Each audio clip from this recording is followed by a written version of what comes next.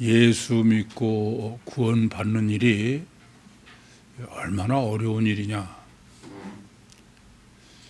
그래서 성경은 이렇게 계시합니다. 예수님께서 너희가 영생을 얻기 위하여서 성경을 상고하거니와 그 성경이 나에 대해서 기록했다. 다르게 말씀드리면은 예수 믿고 구원 받으려면은 구약 성경 전체가 계시한 그게 바로 예수를 알고 믿는 거다. 구원 받는 거다. 만약에 예수 믿고 구원 받는 게 2000년 기독교가 생각하는 것처럼 쉬워. 교회가 나오기만 하면 구원 받아. 그러면은 그렇게 구약 성경 전체로 수천 년에 걸쳐서 예수 믿는 것을 예비할 필요가 있어요? 그건 전혀 없어, 그건. 근데 이렇게 수천 년 동안 구약 성경 전체가 계시해야, 예비를 해야, 겨우 그렇게 해야 예수를 알고 믿고 구원받을 수 있다. 그런 말입니다. 쉬움은 그렇게 예비를 끔찍하게 할 필요가 아무도 그러지 않아. 안 그렇습니까? 그래서 베드로 전서 3장 20절에 노아의 방주로 말미암아 구원받은 사람이 겨우 8명이라는 거예요. 그래서 여러분 바로 아셔야 될 것은 예수 믿고 구원받는 일은 보통 어려운 게 아니야. 몇천 년 동안 예비를 하고 그 많은 구약 성경을 계시하고 그렇게 하면서 그것도 제대로 해야 그래야 예수 믿고 구원받는 거지. 무슨 하나님이 예정하셨어. 교회 나오자마자 너 이제 구원받았으니까 구원은 잊어버려. 구원은 기본이야. 미친 소리야, 그건. 그건 미친 사람이 하는 그걸 듣는 사람도 미친 사람이야. 성경은 절대 그렇게 말하지 않아요. 그만큼 구원이 어렵기 때문에 오랫동안 단단히 준비를 해야 되는 거예요. 이렇게 요한복음 17장 3절에 말씀하신 것처럼 영생은 곧 유일하신 참 하나님과 그의 보내신 자 예수 그리스도를 아는 것인데 그게 그렇게 어렵고 그래서 단단히 준비를 해야 된다 이게. 그 말은 다르게 말씀드리면은 우리가 지금 정립을 하고 있는 메다리 헬라어 복음서 정립이 보통 어려운 게 아니다. 그러니까 단단히 준비하기 전에는 전혀 올바로 정립할 수 없다. 그런 말씀이 됩니다. 그래서 주님께서는 저도 이번에 다시 메다리 헬라어 복음서를 정립하면서 깜짝 놀랐어요. 마태복음 1장, 2장은 완전히 헬라어 복음서 정립을 위한 준비야. 보통 단단히 준비하는 게 아니야. 그렇지 않습니까? 아예 마태복음 1장 1절부터 17절까지는 주님의 족보로 그렇게 준비시키시는 거야. 구원이 쉬우면 전혀 그럴 필요가 없어. 하나님은 모든 사람이 구원을 받고 진리를 아는데 이르기를 원하세요. 그럼 빨리 쉽게 구원하지. 수천 년 동안 그러실 이유가 하나도 없어.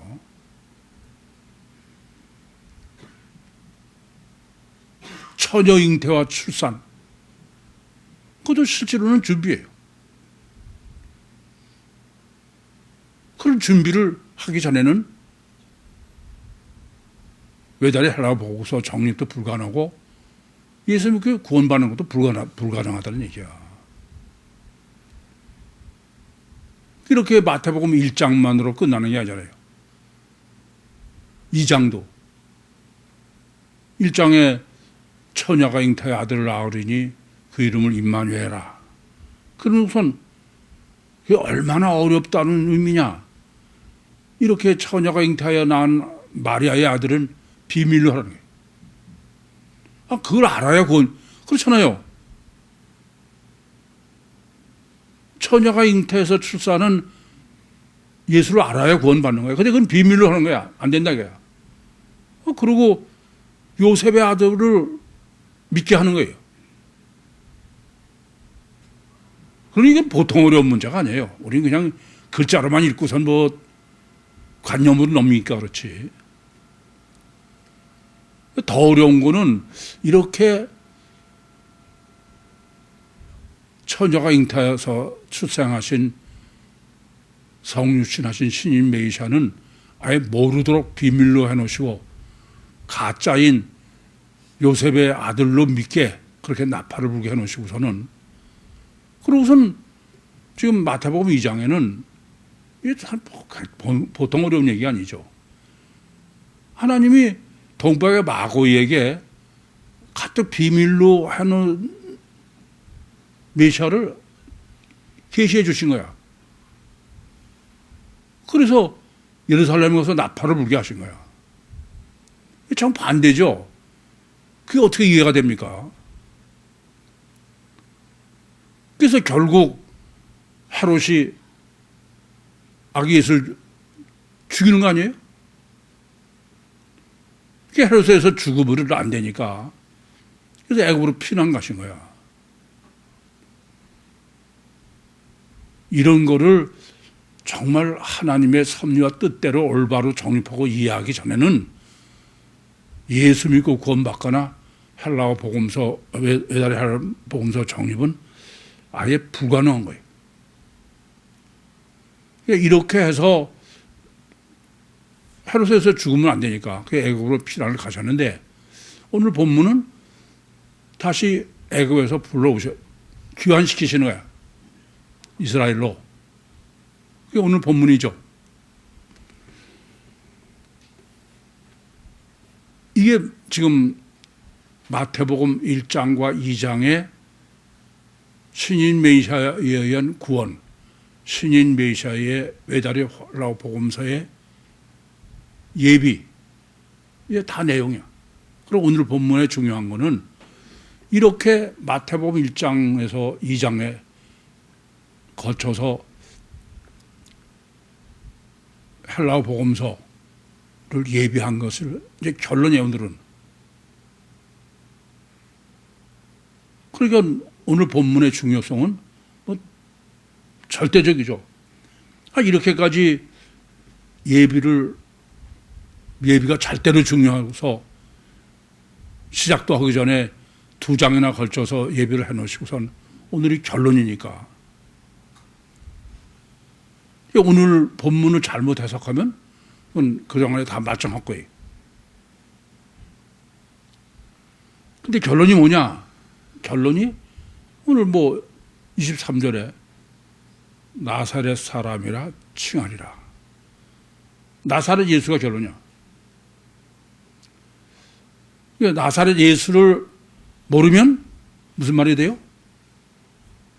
신인 메시아도 모르고 복음서도 모른다 이겁니다. 그래서 나사렛 예수를 바로 알려면은 마태복음 1장에 주님 잉태와 출산, 그리고 2장에 애굽 피난을 먼저 정립해야 돼. 처녀 잉태는 처녀인 마리아의 자궁 속에 성령의 역사로 성육신하신 신인 메시아가 계신 거예요. 그러니까 마리아의 난자나 성령의 정자가 결합된 게 아니고 아예 마리아라는 처녀 안에 성육신하신 신인 메시아가 그대로 계신 거예요, 안에. 그러니까 자꾸 말씀드리지만 마리아는 뭐예요? 그냥 그릇에 지나지 않는 거야. 왜 이렇게 설정하셨느냐? 우선 성경 전체에서 육체 우선 이중체인 신인 메시아, 육체 우선 이중체인 인간의 계시를 가장 완전하게 계속 말씀드리지만 성육신하신 신인 메시아를 단일체 하나님으로 이해하느냐 아니면 우리처럼 육체 우선 이중체의 하나님으로 이해하느냐 어느 쪽도 상관없어. 분명한 사실은 마리아라는 그릇 속에 전지전능하신 하나님이 지금 자궁에 갇혀 계신 거예요. 그래서 제가 이거보다 가장 성경에 완전하게 육체우선 이중체의 인간이나 신인 메시아를 계시한 데가 없다. 이건 완전 계시야. 이 본문을 보면서도 무슨 성육신하신 신인 메시아나 인간이 단일체다. 그런 사람은 아예 그건 성경하고 상관이 없는 사람이에요. 그래서 이 신학이 또한 완전한 신학이다 그렇게 말씀드렸어요. 그런데 이렇게 완전히 계시해 놓으시고서 조금 아까도 말씀드렸지만 이렇게 육체 우선 이중체인 신인 메시아 마리아의 아들은 비밀로 해놓으신 거야. 이건 알면 안 된다고 합니다. 이게 얼마나 어려워요. 아니 그걸 알아야 구원받는 거 아닙니까? 근데 그걸 몰라야 된다는 거예요. 그래서 비밀로 해놓으신 거야. 이것까지도 그렇게 쉽게 이해가 어려운데 하나님이 한 수 더 떠. 이렇게 비밀로 해놓으신고서는 이방인인 동방의 마고이한테 이 비밀을 계시해 주신 거야. 전혀 모순되는 거죠. 그러시고서 더군다나 이 마고이를 의도적으로 예루살렘으로 인도를 하셔. 그래서 예루살렘에 와가지고서는 나팔을 분 거예요. 아니 비밀로 한 걸 이번에 또 나팔을 분 거예요. 그래서 헤롯 왕뿐 아니라 예루살렘의 대제사장이나 서기관들이나 아니 모든 사람들이 다 알게 된 거예요. 그래서 헤롯이 죽이려 드는 거 아닙니까? 왜요? 아기 예수님, 아기니까. 사자 같으면 주상 꿈에도 못하지. 그래서 죽으시면 안 되니까. 죽으시면 공생에 기꺼는 육신으로 오시는 의미가 없잖아요. 그래서 베들레헴에서는 죽으시는 게 아니고 탈출하시는 거죠. 그래서 마고이가 떠난 년에 탈출하시고 밤에 탈출하시고 그 말은 누구도 주님이 이렇게 마리아의 아들이 베들레헴에서 있는 거지 떠난 걸 모르게 한 거예요. 그리고 죽였으니까 거기는 두 사람을 다 죽였으니까 그럼 모든 사람이 아는 거는 마리아 아들이 죽었어요, 살았어요? 확실히 죽은 거야. 그런데 지난 단락에 정립한 것처럼 왜 이런 문제가 생겼느냐, 이렇게 하시냐. 이거는 이미 하나님이 다 설정하신 것의 완성이다. 그게 예레미야서 31장 15절에 라헬의 통곡으로 다르게 말씀드리면 그것은 이미 하나님께서 설계하신 거예요. 라헬의 통곡으로 정립하라는 것은 가나안 땅에서 요셉이 죽는 거죠. 근데 실제로는 죽지 않잖아요. 그대로야. 형제들이 죽이려고 하다가 애굽으로 팔어. 그래서 요셉은 가나안에서 죽은 의미고 십자가죠. 신인 메시아이신 주님이 베들레헴에서 죽은 의미나 마찬가지예요. 근데 애굽으로 피난을 간 거죠. 애굽에서는 오히려 총리가 돼서 부활이라고 했어요. 그래서 애굽에서 전 인류를 구원하는 사역을 한 거예요. 이것이 완전한 성취사예요. 그대로. 그렇죠. 마리아 아들도 무슨 의미예요?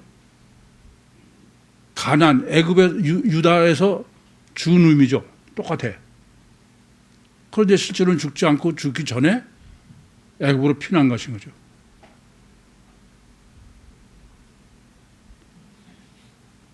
이걸 그대로 하는 거예요.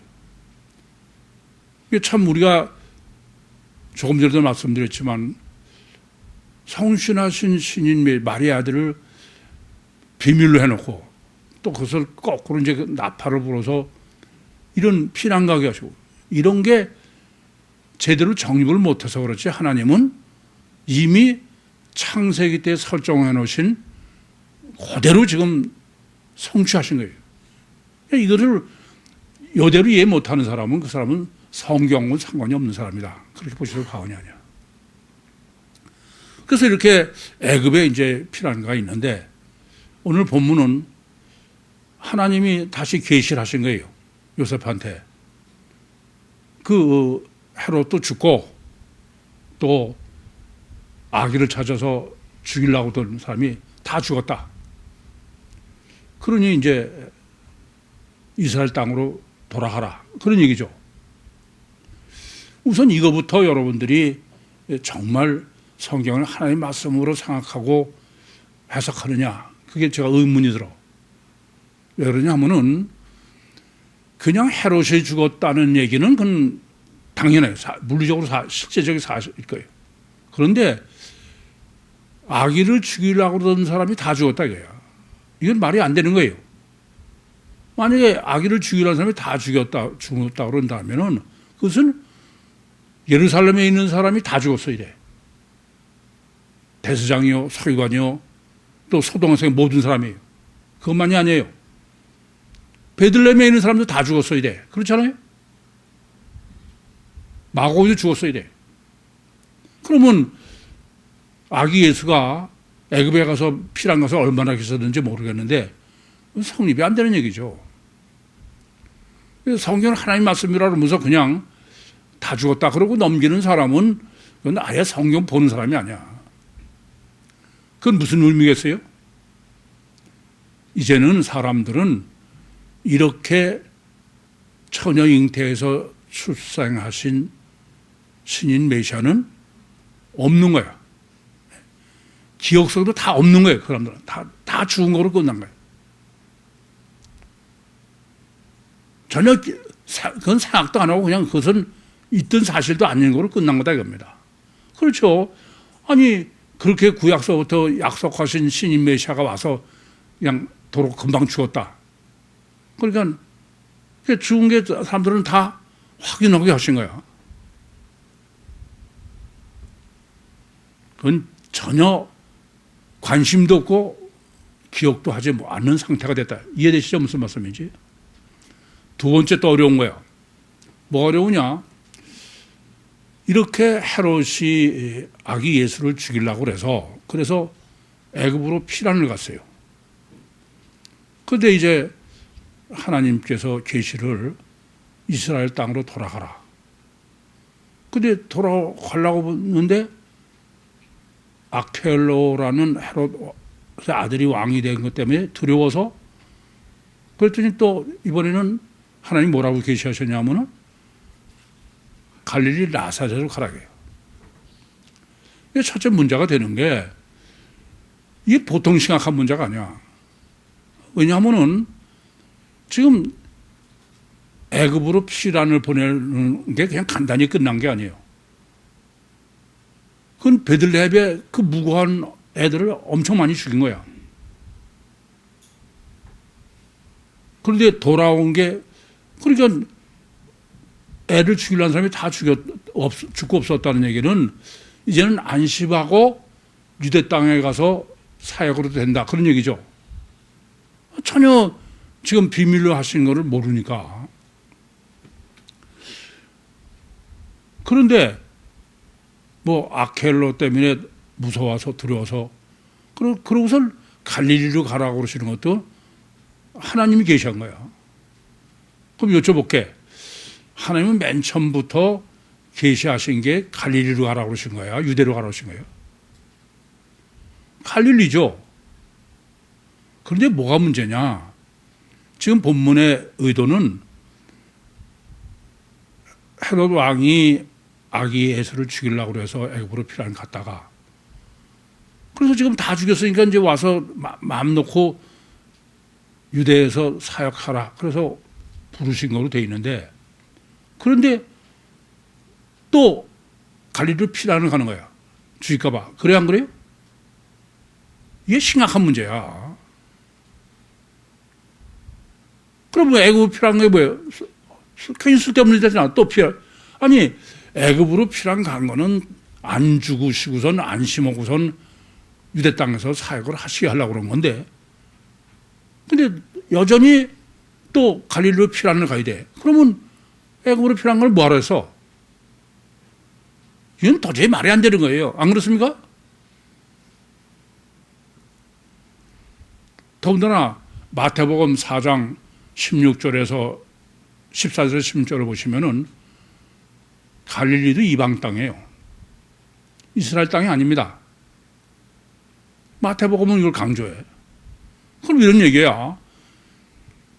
헤롯이 죽이려고 해서 이방 땅인 애굽으로 피난 가셨다가 또 죽이려고 해서 이방 땅인 갈릴리로 가신 거예요. 남이 나라로 간 거예요. 마치 헤롯을 사울이 죽이려고 그러니까 가장 안전한 게 어떤 거예요? 불에서 다른 나라로 가버리는 거야. 그런 꼴이 된 거야.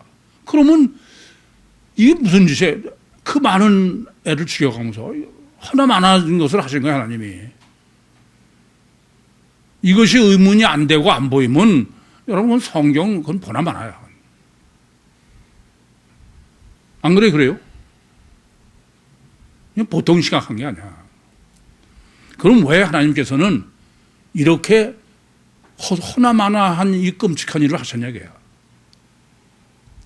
그부터가 올바로 여러분이 정립을 해야 복음서를 할 수 있고 신인 메시아를 할 수 있는 거야. 첫째는 이렇게 모든 사람이 아기 예수는 아예 이제 태어났다 죽어서 없어진 거예요. 그죠? 기억에도 없는 거예요. 왜 그러셨느냐? 이 점을 아셔야 돼요. 하나님은 다윗의 후손의 메시아만 사람들이 믿게 해놓으신 거예요. 이사야서에서 계시한 처녀가 잉태해서 낳고, 9장에서 뭐 아기가 또 무슨 11장에서 한 싹이 나고, 이사야서 53장에 고난을 받고 죽어야 되는, 그거는 완전히 관념으로 사람들이 관념으로 한 거예요. 이 점을 모르시면 안 돼. 왜 그래요? 헬라어 복음서를 보존하려면은 그건 절대로 이사야서의 메시아, 육체 우선 이중체, 겉사람 뱁새, 그걸 사람들이 해석하러 들면 그건 불가능해. 그러면 성경을 없애버리든지 회교처럼 복음서를, 아니면 그 말이 전혀 안 되니까 바꾸는 거야. 그래서 헬라어 복음서를 고스란히 정립하게 하기 위해서는 사람들이 다윗의 자손인 사자로만 믿게, 그리고 육체 우선 이중체의 육체가 뱁새인 가셔, 그 신인 메시아는 그건 관념으로, 실제 2000년 기독교가 그래 안 그래요? 이건 하나님이 완전히 설정해 놓으신 거야. 두 번째는 왜 이렇게 쓸데없게 헛수고인 수많은 무고한 애들을 죽이면서 왜 그렇게 하셨냐? 그것은 육체우선 이중체가 절대하게 그 많은 사회를 죽여가면서 왜 죽여요? 겉사람이 육체우선은 겉사람은 뱁새일 수밖에 없어. 아 그래요? 그러니까 육체우선 이중체를 실제 인간은 육체우선 이중체는 절대 못 믿는다 이거야. 죽여버리는 거야. 그래서 사람은 단일체의 그 다윗의 자손이래야 믿고 그렇지 육체우선 이중체의 신인 메시아는 그건 절대 안 돼. 그건 죽이지. 그걸 지금 이렇게 헛수고로 증거하시는 겁니다. 실제로 그렇죠. 예수님께서 공생에 이제 본문이 굉장히 중요한 건 예수님의 공생의 사역은 이방인으로 하시는 거야. 유대인이 아니고. 이해됩니까? 그러다가 결국 육체우선 이중체인 신인 메시아라는 것을 실제로 말씀하셔서 죽이는 거 아니에요. 그러니까 헤롯은 빌라도는 유대인의 왕이라고 그래서 라는 죄표를 붙였는데 유대인들은 뭐예요? 자칭 유대인의 왕이다 이거야. 야, 저런 뱁새가 어떻게 육체우선 아니 아담 우선은 육체우선이 가식 결과 절대야. 그 눈으로 봐가지고선 뱁새인 신인 메시아를 구세주로 그건 아예 불가능한 거야. 그건 2000년 기독교로 다 증거하는 겁니다. 예, 그것을 증거하기 위해서 확실히 여러분 우리가 다 알고 믿게 하기 위해서 그래서 이렇게 무고한 어린이들을 엄청 죽이는 끔찍한 사건. 보통 강조법이 아니죠. 세 번째는 왜 이렇게 하셨느냐. 압달라서처럼 그럼 이래요.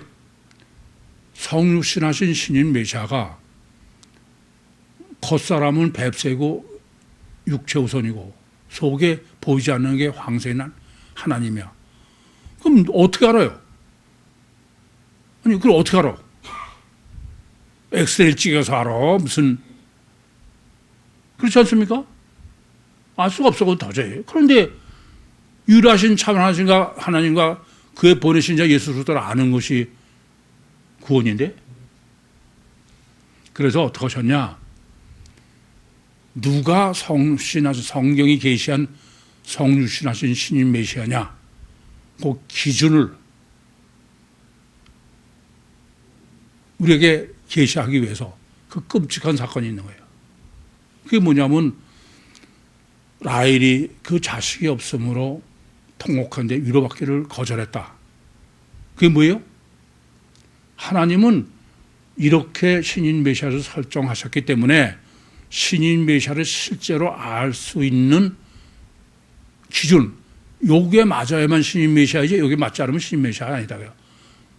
그렇죠. 또 말씀드리지만 아니 육체우선 육체고 겉에 보이는 건 뱁새고 어떻게 메시아인 줄 알아? 그게 뭐냐면은 요셉으로 설정해 놓으신 거예요. 아래 통곡으로 계시한 게 뭐냐면 첫째는 요셉은 어떻게 해요? 가난해서 뱁새이기 때문에 죽었어. 그죠? 형제들이 애굽으로 죽이려고 그런 거는 요셉에게 하나님께서 신인 메시아를 계시해 주셨어. 이제 그거를 형제들의 얘기를 나팔을 불었기 때문에 죽는 거 아닙니까? 그래서 그것은 가난해서 죽은 거야. 의미가. 그런데 가난해서 죽은 게 아니고 애굽의 종으로 팔았어요. 그게 바로 그대로 성취된 게 주님이 애굽으로 피난한 거 아닙니까? 애굽으로 피난한 가서 했어요. 그게 부활 요셉이야. 요게 딱 맞아야 되는 거야. 신인 메시아려면 반드시 유대인이어야 돼. 그러면서 유대에서 죽어야 돼. 이해됩니까? 그게 기준이야. 그러고선 부활은 어디서 해야 돼? 이방 땅에서 부활을 해야 돼. 왜냐하면 요셉이 부활의 의미가 뭐냐면 애굽이니까, 이방이니까. 그리고 구원도 어디서 해야 돼요? 반드시 이방에서 해야 돼. 부활 예수가. 이해됩니까? 이게 기준이야. 그러니까 여러분도 이 기준에 어긋나면 그건 신인 메시아가 아니야. 이해돼요? 그래서 하나님께서는 이렇게 애굽으로 피라는 같은 걸 다시 그 갈릴리 이방 땅으로 피라를 보내시는 헛수고, 많은 그 무관애들 죽이면서 헛수고를 하신 것은 이 세 가지 이유를 여러분이 정확히 알아야 돼요. 첫째는 뭐예요? 이사야에서 계시하신 신인 메시아는 그건 관념이어야 돼.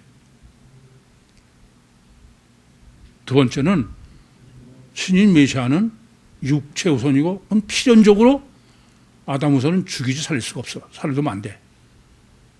그래서 죽이지 않고 야, 저 메시아다 따라다니냐 사람이, 그러면 그건 아니에요. 이해됩니까? 세 번째는 누가 메시아냐 이게. 그것은 반드시 유대인으로 가난해서 유대에서 죽어야 되고, 이방인으로 이방에서 부활해야 돼. 이해됩니까? 그게 애굽에서의 총리죠. 그리고 이방에서 구원해야 돼요. 전 인류로. 이해됩니까?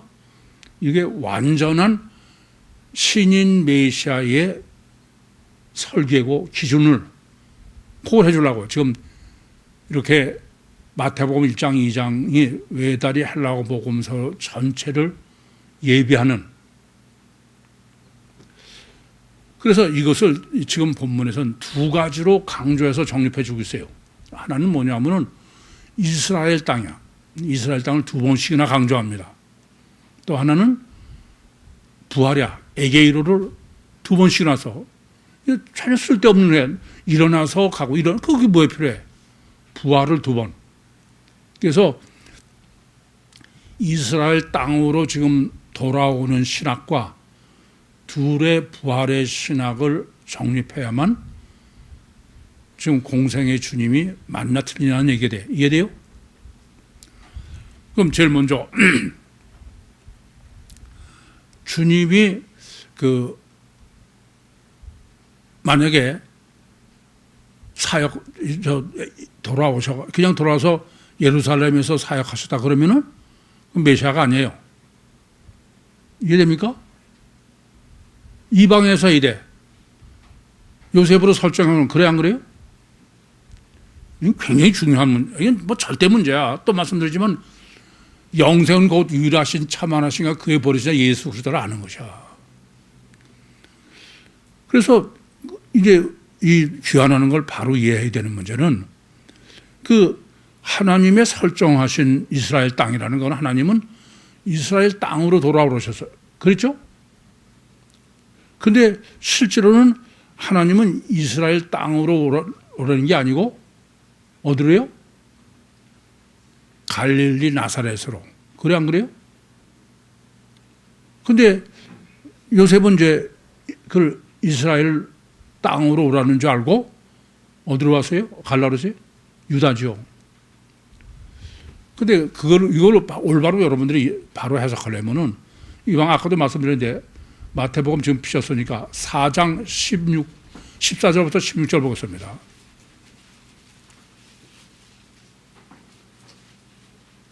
마태복음 4장 14절에서 16절 시작.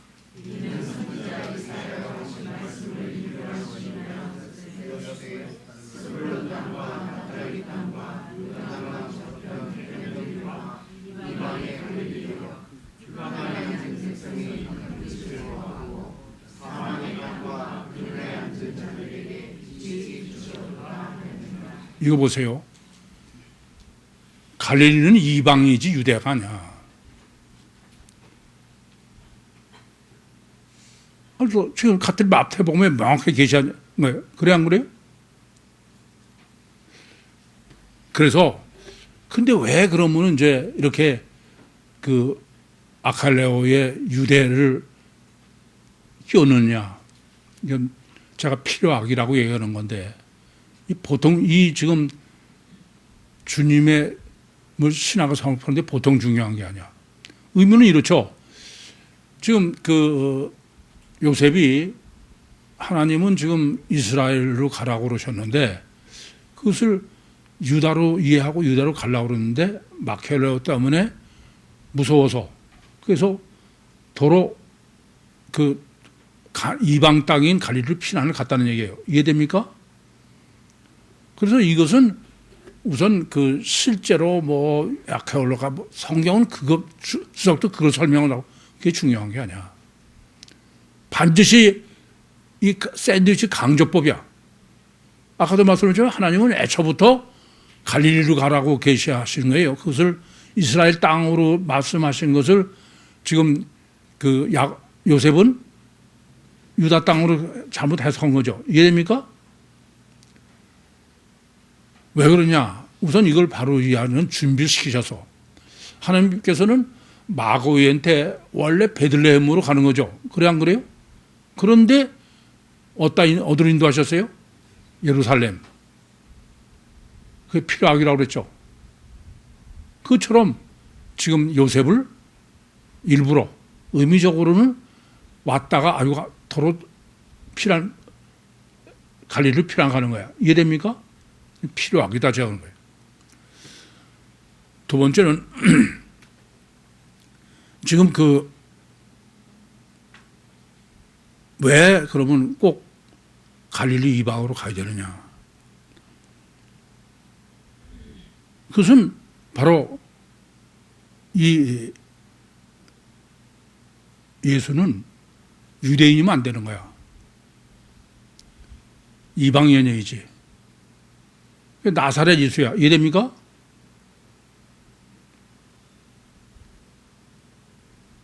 이걸 바로 정립하지 못하면 복음서 뭐 전부 해석을 잘못하는 거야.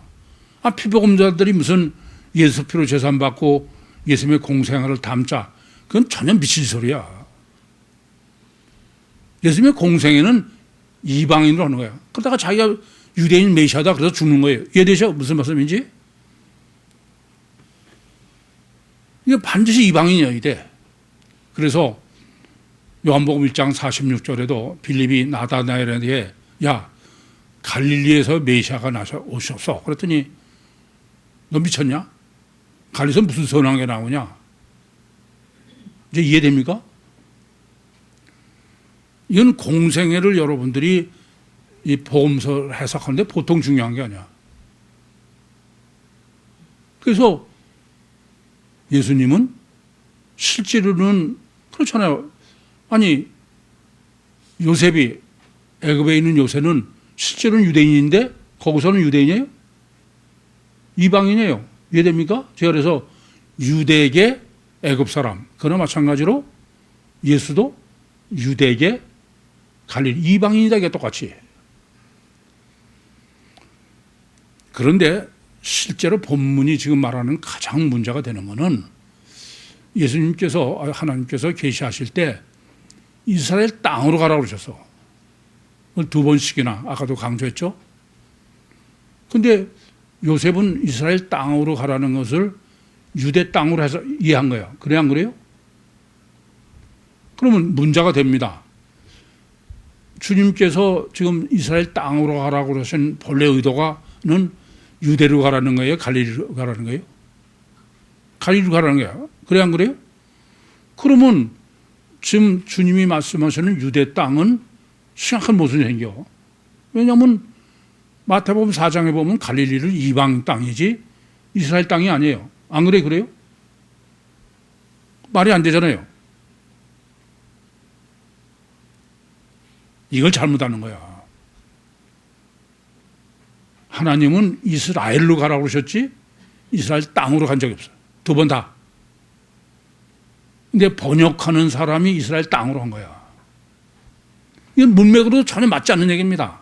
방금 전에 말씀드렸지만 하나님께서 계시하면서 이스라엘 땅으로 가라고 그러면, 근데 궁극적으로는 실제로는 갈릴리로 가라고 말씀하신 거야. 지역적으로는. 그러면은 갈릴리가 이방인 땅이면 안 돼. 안 그래요? 그러니까 이스라엘로 가라고 하신 것은 그건 땅이 아니야. 그냥 이스라엘이야. 무슨 말씀이냐? 생각해 보세요. 주님은 이방 땅인 필연적으로 갈릴리를 가셔서 그리고 이방인으로 사역을 하셔야 돼. 유대인으로 메시아로 알리면 안 돼. 그러면 지금 요셉한테 말씀하신 건 뭐냐? 이스라엘은 말씀이야, 말씀. 이스라엘의 이스라엘 되면 로고스지. 이스라엘의 피가 무슨 수녀, 그러면 전혀.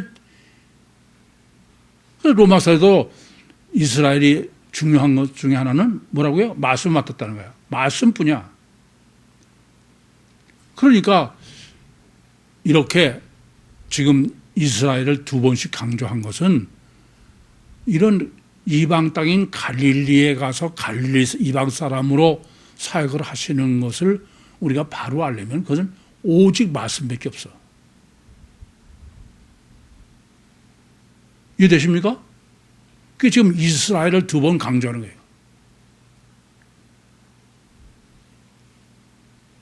이게 다 안 보이는 거야. 뭐 주석을 하는 사람도 그렇고 번역하는 사람도 그렇고 다. 원문에는 땅 없어. 이스라엘이에요. 아시겠습니까? 그래서 이스라엘 귀환의 신학을 이렇게 첫째, 반드시 이방 땅이어야 된다. 돌아오신 게. 두 번째는 반드시 이방인이어야 돼. 이해됩니까? 그리고 그것은 오직 성경으로, 로고스로만. 아까도 말씀드렸지만, 아니, 라헬이 통곡한 것을 정립하는 거는 그건 구약 성경만까지 뭐 가서 만나봐서 뭐야. 안 그래요? 오직 그건 성경밖에 없는 거예요. 말씀밖에. 두 번째로는 지금 부활을 강조해요. 에게를 두 번이나 쓴 겁니다. 그건 제 첫 번째는 어떤 뭐 부활이냐. 그건 이미 정립해드린 대로 창세기 30장 35절에 야곱의 통곡이 위로받기를 거절했다. 그게 왜요? 성경은 애굽에 죽은 게 아니고 애굽에 총리가 된 거죠. 이해되십니까? 그래서 지금 부활 첫 번째는 이와 같이 무슨 의미냐면 요셉이 십자가 가나안 땅에서 죽은 거야. 의미가. 그러고선 애굽 총리로 이방 땅인 애굽 총리로 부활한 거죠. 그리고 부활한 애굽 총리로 애굽에서 구원을 한 거예요. 이해됩니까? 이 에게이로 신학을 반드시 정립하라고 해요. 그건 뭐냐 하면은 성육신하신 신인 메시아의 성경적 구원은 부활 구원이지 십자가 구원이 아니다. 아시겠어요? 아니, 애굽에서 부활해서 구원한 거지 가나안 땅에서 십자가에 죽으면서 피 흘려서 구원한 게 아니야. 첫째는. 그래서 부활 신학으로 첫 번째 정립할 문제는 부활 구원이지 십자가 구원이 아니다. 두 번째는 예레미야서 31장 15절에 그 창세기 37장 인용을 아기 예수로서 성취됐다는 거예요. 앞달라겠죠? 완전히 성취됐다. 그건 뭐냐면 바로 베들레헴에서 왜 꼭 요셉의 아들이 죽고 그리고 애굽으로 마리아의 아들이 탈출하고 그렇게 설정하셨는데 그렇게 했냐? 그거는 그래야 메시아야. 태어난 메시아가. 왜요? 아까도 말씀드렸죠? 육체 우선 이중체고 육체는 뱁새인 게 속이 메시아라. 그것은 오직 성경으로밖에 모르는데 성경으로 보면 어떻게 다 아느냐? 그거를 요셉으로 설정했다고 했어요. 어떻게 설정해요? 요셉이 가나안 땅에서 십자가를 죽어야 되고, 그리고 이방 땅인 애굽에서 부활해야 되고, 그래서 애굽에서 부활해서 구원해야 되고, 그게 맞아야만 메시아야. 아시겠? 이에 대해서 무슨 말씀인지? 근데 지금 이렇게 처녀잉태에서 출산해서 주님은 요게 딱 맞아요.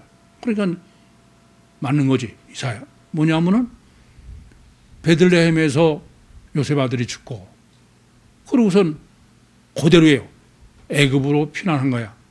부활의 의미죠. 마리아 아들.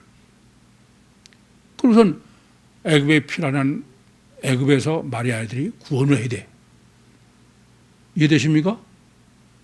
근데 그 구원은 예레미야서 31장 15절에 이걸 계시한 다음에 구원은 31절부터 34절에요.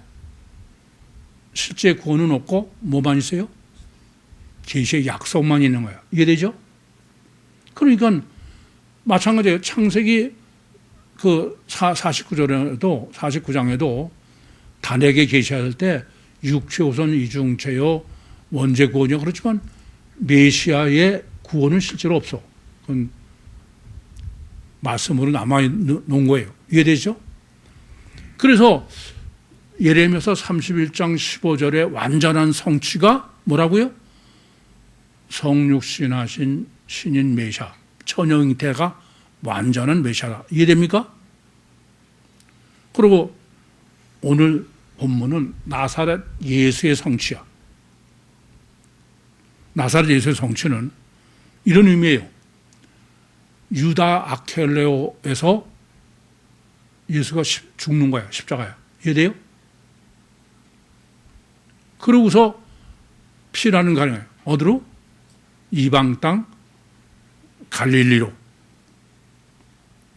그게 부활 예수가 로 계시한, 그게 딱 맞아야 돼. 그러니까 무슨 말이냐면은 지금 갈릴리로 피난 가시도록 마케올로를 그 유대에 설정해 놓은 거는 애굽으로 피난 간 것도 완전한 성취. 이해되죠? 또 갈릴리로 피난 가신 것도 완전한 신인 메시아의 성취다 이게요. 이해됩니까? 그러기 위해서, 그러니까 그냥 애굽에서 끝난 게 아니야. 갈릴리 지금 나사렛에서의 예수도 그대로 성취. 그래야만 이제 그렇지 않으면 메시아가 아니다 이겁니다. 그러면서 왜 그러면 이제 이게 아주 너무 놀라워. 이런 거죠. 그 요셉이 가나안에서 죽는 의미는 유대인이에요. 그래 안 그래요? 근데 애굽에서 부활은 뭘로 했어요? 총리는 애굽 사람이야. 마찬가지로 지금 유대에서 아켈라에게 죽은 예수는 유대인이에요. 의미가.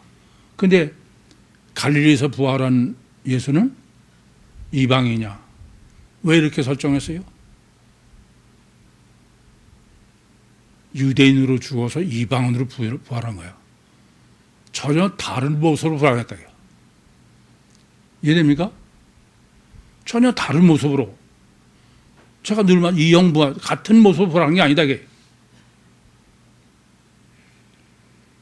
그래야 성경이 설정하신 메시아다. 이게. 메시아요, 메시아 부활이다. 이겁니다. 그래서 이 하나님이 메시아를 기준으로 설정해 놓은 신학을 정립하지 못하면은 실제로는 예수를 메시아로 믿는 건 전혀 불가능해요. 그런데 문제는 어디 있냐면은 궁극적으로는 이 땅에 오신 목적이 뭐예요? 구원을 온 거예요, 구원을. 그런데 구원이 없는 거예요.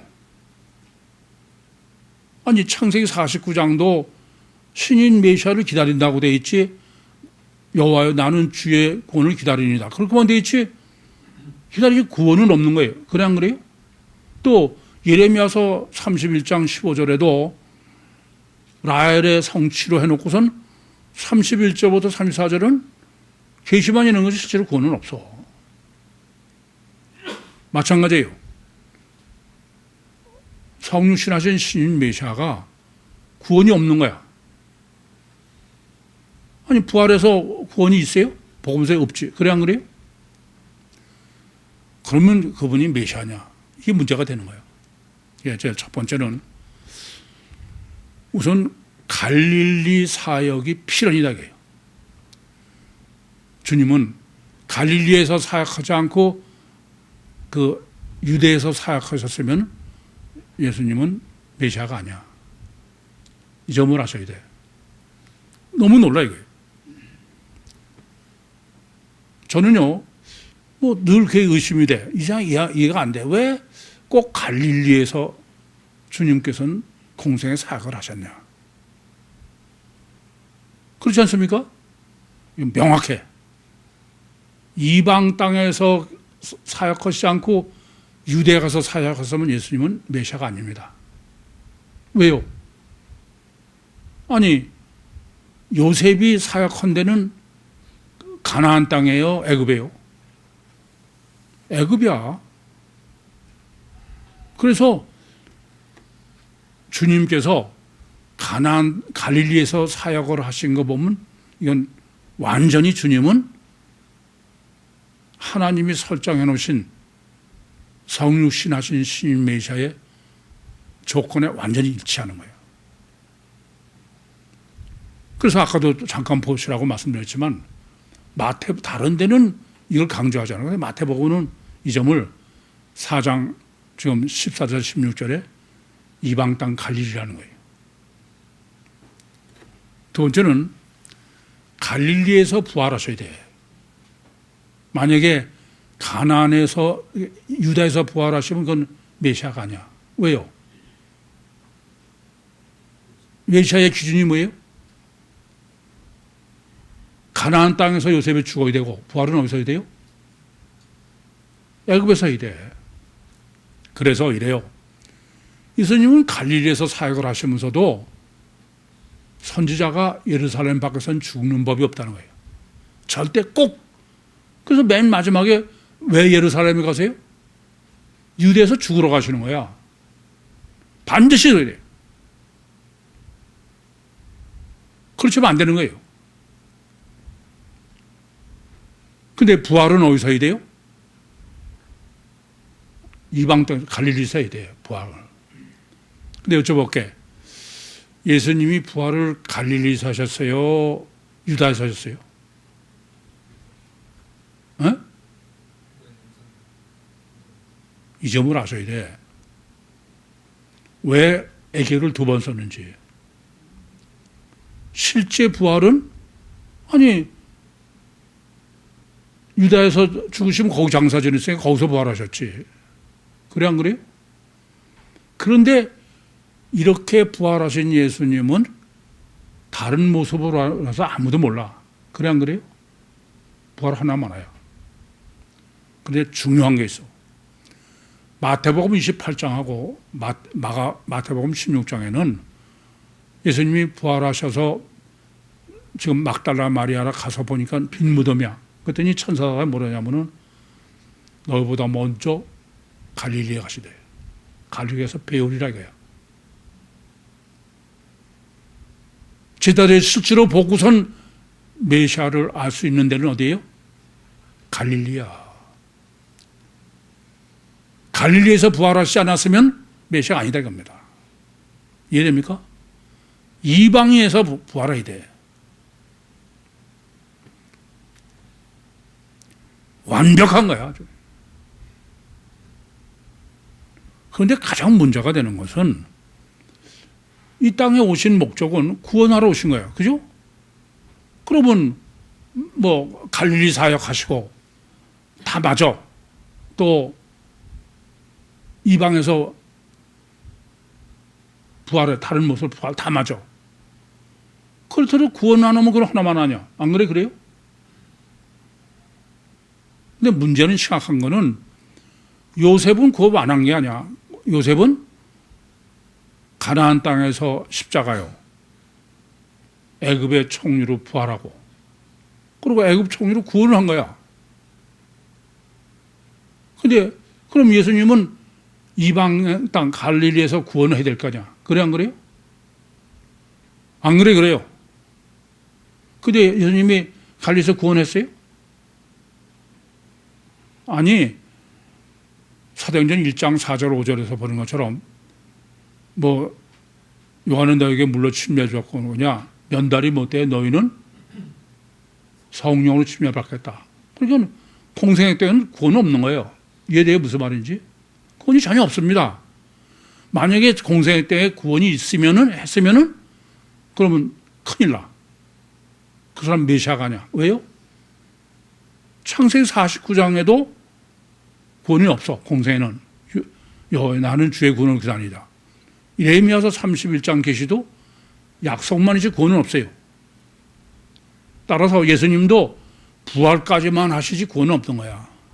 그런데 성경은 이방, 다시 말하면 갈릴리에서 반드시 구원을 해야 돼. 그렇지 않으면 요셉하고 일치하지 않잖아요. 그래 안 그래요? 근데 갈릴리에서 구원이 있어 없어?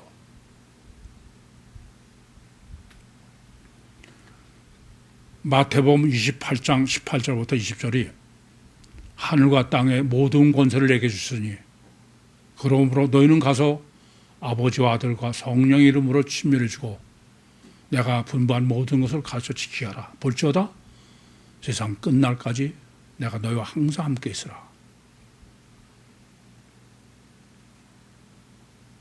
창세기 49장의 계시, 예레미야서 31장의 계시, 그것은 공생애 중에는 구원이 있으면 안 돼. 그런데 요셉으로는 공생애 반드시 구원이 있어야 돼. 이해돼요? 안 그래요? 근데 그거는 뭐만 있어요? 말씀만 있는 거예요. 창세기 49장에서도 단지파는 말씀 정립해야 돼요. 예레미야서 31장도 말씀만. 지금 마태복음 28장도 18절 1절 말씀만 있는 거예요. 미래. 그러면 성육신 하신 신인 메시아가 이방 땅에서 부활하시고 이방 땅에서 구원하시려면은 그건 말씀밖에 없어. 그럼 그 성육신 하신 신인 메시아가 이방 땅에서 이방인으로 헬라 복음서를 정립해야 돼. 그게 뭐예요? 창세기 49장에 8절부터 야곱이 이스라엘을 축복하면서 야곱은 곧 이스라엘이에요. 그렇죠? 8절부터 12절은 누구요? 요셉이야. 그건 지금 반복 말씀드리지 않겠어. 16절부터 18절은 단이 정립하는 거예요. 22절부터 26절은 요셉이에요. 하나님은 처음부터 신인 메시아의 구원은 단지파, 이방인 단지파가 이방 지역에서 신학을 정립해서 이방 지역에서 단지파에서 구원이 이루어져요. 말씀으로. 그게 뭐예요? 외다리 헬라어 복음, 구유 복음이에요. 이건 이건 완전해. 그래서 이렇게 마태복음 1장 2장 결론이 나사렛 사람이라 칭하리라. 나사렛 사람이라 칭하는 얘기는 이방인으로 칭한다 그런 얘기지. 근데 실제는 누구다? 유대인이다 그런 얘기죠. 그게 무슨 의미예요? 이 말은 바로 성육신 하신 신인 메시아는 뱁새인 육체 우선 보이는 건 그리고 신재 구세주는 보이지 않는 속의 사자다. 그래서 처녀 잉태의 신학과 출생의 신학이 절대야. 그런데 이미 말씀드린 대로 창세기 49장이 중요한 것은 그것은 육체 우선 가시적 결과 절대인 인간에게는 그건 원죄는 필요돼요. 그럼 원죄를 왜 해서 그래요? 육체 우선이 절대고 육체가 절대이기 때문에. 따라서 원죄 구원은 육체 우선이와 가시적 결과를 십자가에 못 박아야 되는 거예요. 그걸 부인하지 않고는 그건 절대 불가능한 거예요. 나사렛 사람이라 칭하는 신인 메시아의 구원은 이렇게 이중체인 신인 메시아가 겉사람은 십자가에서 버리시고 다른 모습으로 부활을 일탈하셔서 천국의 보좌 위에 계시면서 보혜사 성령으로 우리 안에 임마누엘 하신, 이건 오직 뭐밖에 없어요? 오직 외다리 헬라어 복음서밖에 없어. 그래서 이렇게 오직 말씀으로, 오직 외다리 복음서로 보혜사 성령을 임마누엘에서 거듭나는 사람은 내가 예수인 거야. 하나님을 내 속에 소유한 예수로 유신과 세상을 승리하시고 천국의 영원한 영광을 주님과 함께 다 같이 누리는, 특별히 종말 때에 외달의 복음서로 정립하기 위해서 선택하신 그 모든 식구들이 되시기를 간절히 소원합니다. 기도하시겠습니다. 살아계신 아버지 하나님, 은혜와 사랑을 감사합니다. 여기까지 인도하시고 여기까지 말씀하시고 여기까지 역사하신 주님, 은혜에 은혜를 더해 주셔서 정말 올바른 분별로 주님을 영접해서 주님으로 세상을 승리하고 천국의 영광을 누리는 그의 모든 식구들이 되게 해주시옵소서. 예수님의 이름으로 기도하옵나이다. 아멘.